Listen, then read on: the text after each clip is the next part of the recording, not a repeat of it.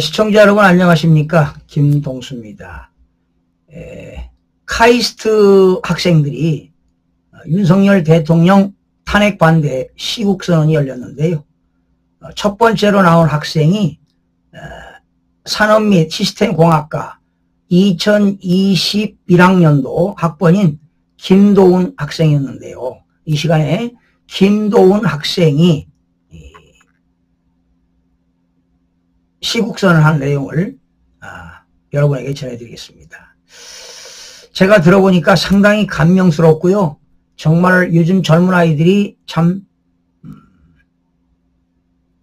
똑똑하더라, 이런 것을 알 수가 있었는데요. 참 희망이 보입니다. 그 내용 여러분에게 소개하겠습니다. 계엄을 선포하고 해지된 지 어느덧 3개월이 지났습니다. 계엄이 선포되자 전국의 대학교에서 대통령을 규탄하고 탄핵을 지지하는 시국선언이 이어졌습니다. 그러나 계엄의 배경과 대한민국이 직면하고 있는 현실적인 문제를 마주하면서 탄핵을 반대하는 시국선언이 이어지고 있습니다. 탄핵을 반대하는 목소리는 대학생들의 하나같이 지향점을 향합니다. 바로 자유민주주의 수호입니다. 대한을 사랑하는 사람들이라면 왜 대학생들이 골기했는지 돌아와야 합니다. 대학생들은 자유민주주의의 침탈을 보았습니다. 첫째, 야당의 반국가적인 행위를 보았습니다. 그들은 간첩법 개정 외국인 확대 적용을 반대하였으며 국정을 마비시킬 만큼 탄핵을 남발하고 정부 부처 특활비 예산을 무차별로 삭감하였습니다. 민주노총 북한 간첩이 북한의 지령을 받고 그리고 중국의 간첩들이 기밀시설을 촬영하고 대북 블랙 요원 휴민트의 정보 유출로 그들이 처형되는 그런 끔찍한 사건이 발생한 지금 내부의 도사리는 위험을 마주하고 그것을 뿌리 뽑는 것은 상식입니다. 그러나 그 간첩법 개정 누가 반대했습니까? 저는 그게 왜 그런지 너무 궁금하여 찾아봤습니다. 그런데 법안이 남용되어 내국인들이 간첩몰이를 당할 수 있다고 검토가 필요하답니다. 이게 말이 됩니까?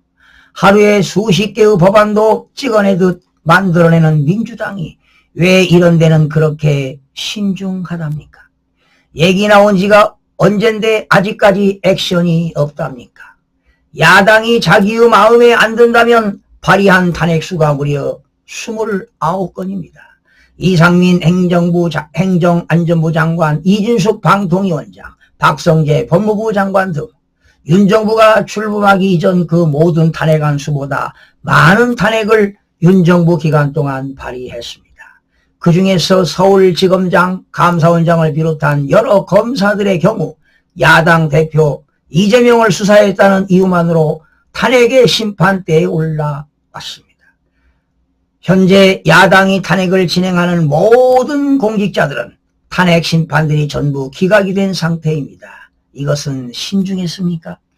그러나 이들은 목적을 이뤘습니다. 탄핵 심판이 진행되는 동안 공직자들은 직무정지가 됩니다. 나라보다 자신의 정치적 안위가 우선되는 그러한 행위, 그것이 바로 반국가 활동이 아니면 무엇이겠습니까?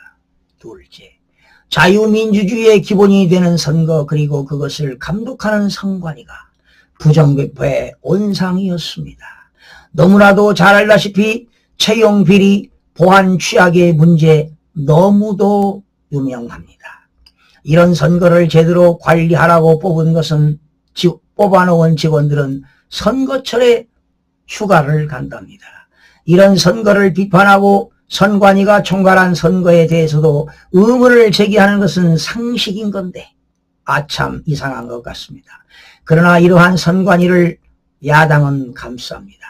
반대되는 의견이 나오면 카톡 검열하겠답니다. 그리고 민주파출소가 고발하겠다고 합니다.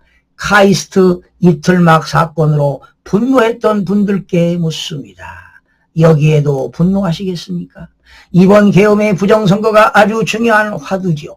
김어준과 이재명도 주장하고 대통령께서도 주장하셨으며 여든 야든 원하는 것인데 짚고 넘어가면 안 됩니까? 짚고 넘어가는 게 혹자가 좋아하는 국민 눈높이에도 맞는 것 아닙니까? 부정선거가 반드시 있었다고 호언장담하는 것은 아닙니다. 허나 자유민주국가에서 유권자로서 충분히 검증 요청을 할 수 있는 것이고 여야 모두가 제기했던 의문인데 음모로만 치부하면 안 되는 것이지요. 저희는 보았습니다. 세 번째, 부당한 탄핵심판 절차와 대통령의 구속을 보았습니다. 체포조가 있었다느니 화학무기를 사용하겠다느니 인민공으로 위장시킨다느니 가짜 뉴스가 많아도 너무 많았습니다. 오히려 최근에는 홍장원 메모의 필적 감정 그리고 곽종근 회유 정황 등 초기에 널리 퍼졌던 것과는 사뭇 다른 의혹들이 제기되고 있습니다. 물론 저희는 어디까지나 진실이고 어디까지나 거짓인지는 알 수 없습니다. 그러나 이런 오염된 진술 문서들조차 헌재에서는 증거로 채택하였습니다. 윤석열 대통령의 방어권은 보장되지 않고 재판은 그들 입맛대로 진행되어 왔습니다. 권한쟁의 심판의 경우 변론이 끝난 다음날 바로 평의회에서 바로 결론을 내렸으며 그조차도 며칠 안에 선고하겠다고 울음장을 냈습니다. 이는 헌법재판소 36년 역사 속 처음 있는 일입니다.